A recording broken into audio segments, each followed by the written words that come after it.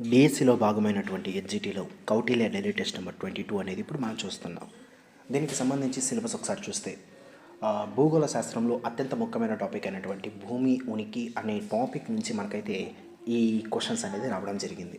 6వ తరగతి 7వ తరగతి మిళితంగా ఉన్న ఈ యొక్క చాప్టర్ అనేది చాలా ఇంపార్టెంట్ అని చెప్పవచ్చు. డిఎస్సికి అయితే ఈ విధంగా ఉపయోగపడితే మిగతా అన్ని కాంపిటేటివ్ ఎగ్జామ్స్ గ్రూప్ 1 కావచ్చు, గ్రూప్ 2 కావచ్చు, హెచ్డబ్ల్యూఓ కావచ్చు, పీసీ కానిస్టేబుల్ కావచ్చు, ఎస్ఐ కావచ్చు, ఇలా అన్ని వాటికి జనరల్ సైన్స్లో భాగంగా ఇది ఉంటుందని చెప్పవచ్చు. మొదటి ప్రశ్న చూద్దాం.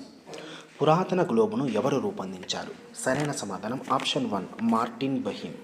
రెండో ప్రశ్న, పురాతన గ్లోబును ఏ సంవత్సరంలో రూపొందించారు? సరైన సమాధానం 1492.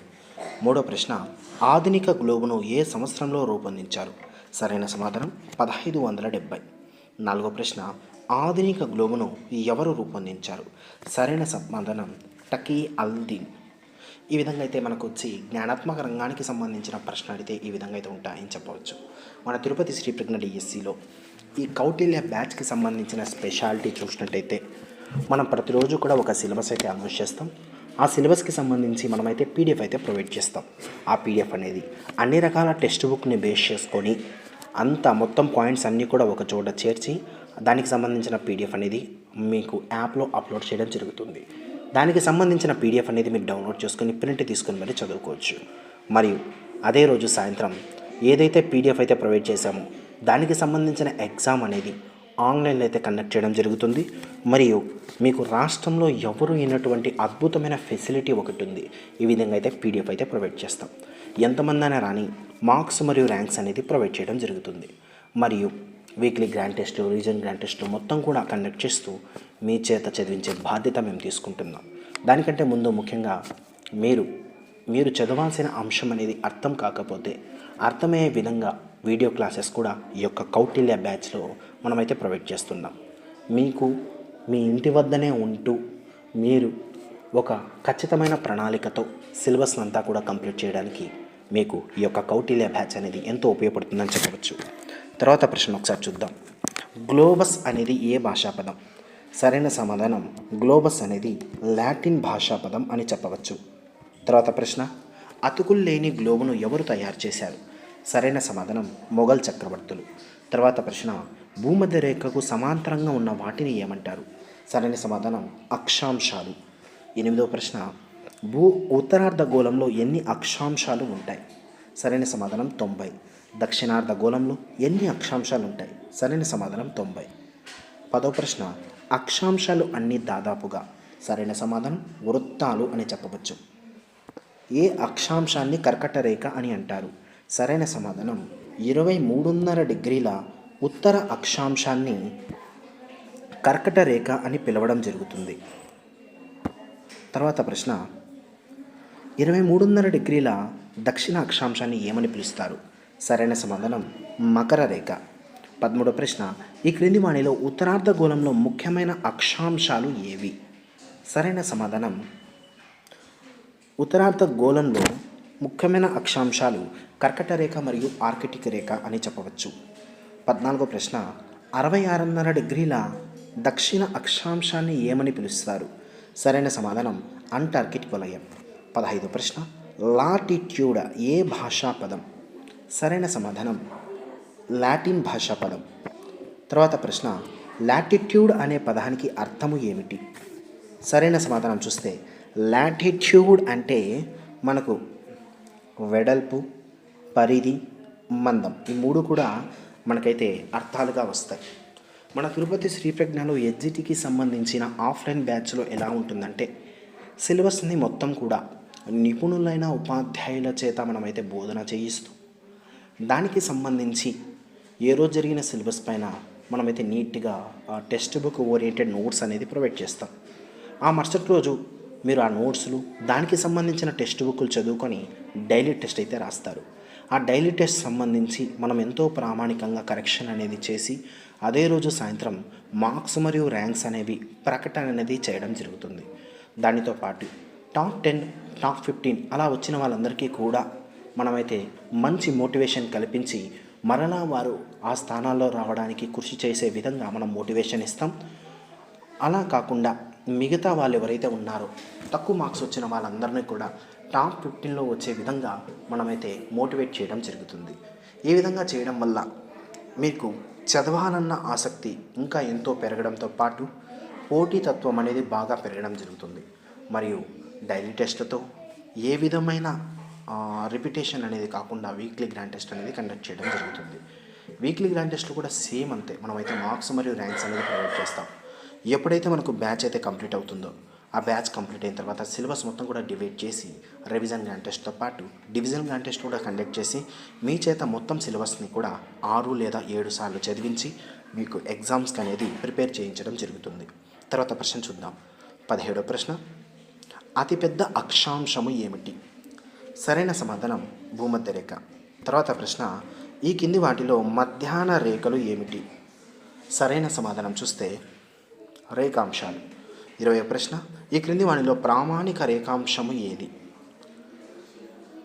సరైన సమాధానం చూస్తే 0 డిగ్రీల రేఖాంశాన్ని ప్రామాణిక రేఖాంశం అని పిలవడం జరుగుతుంది. 21వ ప్రశ్న, ఈ క్రింది వాటిలో గ్రీనిచ్ రేఖాంశం ఏది? సరైన సమాధానం 0 డిగ్రీల రేఖాంశాన్ని గ్రీనిచ్ రేఖాంశం అంటారు. 22వ ప్రశ్న, లాటిట్యూడో అనేది ఏ భాషా పదం? సరైన సమాధానం లాటిన్ భాషా పదం. తర్వాత ప్రశ్న, లాటిట్యూడ్ అంటే అర్థము ఏమిటి? సరైన సమాధానం లాటిట్యూడ్ అంటే వ్యవధి, పొడవు, నిడివి, ఇవన్నీ కూడా అర్థాలు వస్తాయి. తర్వాత ప్రశ్న, ఈ క్రింది వాళ్ళలో అంతర్జాతీయ దినరేఖ దేనిని పిలుస్తారు? సరైన సమాధానం 180 డిగ్రీల రేఖాంశాన్ని అంతర్జాతీయ దినరేఖ అని పిలవడం జరుగుతుంది. తర్వాత ప్రశ్న, గోళాన్ని తూర్పు పశ్చిమ భాగాలుగా విభజించేవి ఏమిటి? సరైన సమాధానం రేఖాంశాలు అని చెప్పవచ్చు. తర్వాత ప్రశ్న, గోళాన్ని ఉత్తర దక్షిణాలుగా విభజించేది ఏమిటి? సరైన సమాధానం అక్షాంశాలు. తర్వాత ప్రశ్న, రేఖాంశాలు తూర్పున ఎన్ని ఉంటాయి? సరైన సమాధానం తూర్పున 180 ఉంటాయి, పశ్చిమాన కూడా 180 ఉంటాయి. తర్వాత ప్రశ్న 29 చూడండి. భూమి తన అక్షంపై తాను తిరగడాన్ని ఏమని పిలుస్తారు? సరైన సమాధానం భూభ్రమణం అని పిలుస్తారు. తర్వాత ప్రశ్న, భూమి తన చుట్టూ తాను ఏ దిశలో తిరుగుతుంది? సరైన సమాధానం పశ్చిమం నుంచి తూర్పుకు తిరుగుతుంది. తర్వాత ప్రశ్న, భూమి తన చుట్టూ తాను ఎన్ని కిలోమీటర్ల వేగంతో తిరుగుతుంది? సరైన సమాధానం 1610 కిలోమీటర్ల వేగంతో. తర్వాత ప్రశ్న, పగలు రాత్రి దేనివల్ల ఏర్పడుతుంది? భూమి తన చుట్టూ తాను తిరగడం వల్ల పగలు రాత్రి ఏర్పడుతుంది అని చెప్పవచ్చు. దీన్ని భూభ్రమణం అని పిలుస్తారు. తర్వాత ప్రశ్న, భూమి తన చుట్టూ తాను తిరగడానికి పట్టే కాలం ఎంత? సరైన సమాధానం 23 గంటల 56 నిమిషాల 4.09 సెకండ్లు అని చెప్పవచ్చు. తర్వాత ప్రశ్న, కక్ష అనగా? భూమి సూర్యుని చుట్టూ తిరిగే మార్గాన్ని కక్ష అని పిలవడం జరుగుతుంది. తర్వాత ప్రశ్న, కక్ష యొక్క ఆకారము ఏమిటి? సరైన సమాధానం దీర్ఘవృత్తాకారం అని చెప్పవచ్చు. తర్వాత ప్రశ్న, భూమి తన చుట్టూ తాను తిరుగుతూ సూర్యుడి చుట్టూ తిరగడాన్ని ఏమని పిలుస్తారు? భూమి తన చుట్టూ తాను తిరగడాన్ని భ్రమణం అని పిలుస్తారు, సూర్యుని చుట్టూ తిరగడాన్ని పరిభ్రమణం అని పిలుస్తారు. తర్వాత ప్రశ్న, భూమి కక్ష యొక్క పొడవు ఎంత? సరైన సమాధానం 965 మిలియన్ కిలోమీటర్లు. తర్వాత ప్రశ్న, భూమి పరిభ్రమణానికి దాదాపు ఎంత సమయం పడుతుంది? సరైన సమాధానం 365 రోజులు. లీపు సంవత్సరంలో ఎన్ని రోజులు ఉంటాయి? 366 రోజులు. తర్వాత ప్రశ్న, కర్కట రేఖపై సూర్యకిరణాలు నిట్ట నిలువుగా ఎప్పుడు పడతాయి? సరైన సమాధానం జూన్ 21. తర్వాత ప్రశ్న, మకర రేఖపై సూర్యకిరణాలు నిటారుగా ఏ తేదీల్లో పడతాయి? సరైన సమాధానం డిసెంబర్ 22. తర్వాత ప్రశ్న, భూమధ్య రేఖపై సూర్యకిరణాలు నిటారుగా పడే తేదీ ఏమిటి? సరైన సమాధానం చూస్తే మార్చి 21, సెప్టెంబర్ 23. తర్వాత ప్రశ్న, ఈ క్రింది వానిలో ఋతువులో మార్పులు దేనివల్ల సంభవిస్తాయి? సరైన సమాధానం భూ పరిభ్రమణం. తర్వాత ప్రశ్న, భూమికి సూర్యునికి మధ్యలో చంద్రుడు వస్తే దానిని ఏమని పిలుస్తారు? భూమికి సూర్యునికి మధ్యలో చంద్రుడు వస్తే దాన్ని ఏమని పిలుస్తారు అంటే సరైన సమాధానం భూమికి సూర్యునికి మధ్యలో చంద్రుడు వస్తే దానిని సూర్యగ్రహణం అని పిలుస్తారు. భూమికి చంద్రునికి మధ్యలో భూమి వస్తే దానిని చంద్రగ్రహణం అని పిలుస్తారు. 46వ ప్రశ్న, అమావాస్య రోజున సంభవించేది ఏమిటి? సరైన సమాధానం సూర్యగ్రహణం. తర్వాత ప్రశ్న, పౌర్ణమి రోజుల్లో మాత్రమే సంభవించేది ఏమిటి? ఆప్షన్ 2 చంద్రగ్రహణం. తర్వాత ప్రశ్న, ఈ క్రింది వాటిలో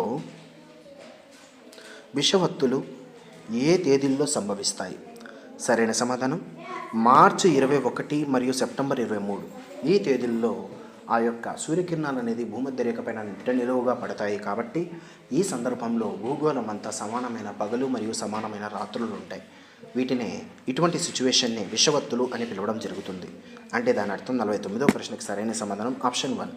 50వ ప్రశ్న, రేఖాంశాలు అక్షాంశాలు అనేవి ఇవి సరైనగా చెప్పాలంటే ఊహాజనితమైనవి. మనం వీటిని అర్థం చేసుకోవడానికి కోసం మాత్రమే అక్షాంశాలు మరియు రేఖాంశాలు అనేవి గీయడం జరిగింది. అసలు మనకు రేఖాంశాలు దేనికి ఉపయోగపడతాయి అంటే ఒక స్థలానికి, ఒక ప్రాంతానికి సంబంధించి కాలాన్ని తెలుసుకోవడానికి రేఖాంశాలు అయితే ఉపయోగపడతాయి అని చెప్పవచ్చు. అక్షాంశాలు రేఖాంశాలు మిళితమై గ్రిడ్ అనే ప్రాంతం అనేది ఏర్పడుతుంది. ఈ అక్షాంశాలు రేఖాంశాలు రెండింటినీ మనం యూజ్ చేసుకొని ఒక ప్రాంతానికి సంబంధించి పర్టికులర్ లొకేషన్ అనేది మనమైతే జీపీఎస్ ద్వారా తెలుసుకుంటామని చెప్పవచ్చు. ఇది ఈరోజు సంబంధించిన పేపర్. తర్వాత వీడియోలో మళ్ళీ కలుద్దాం. Thank you.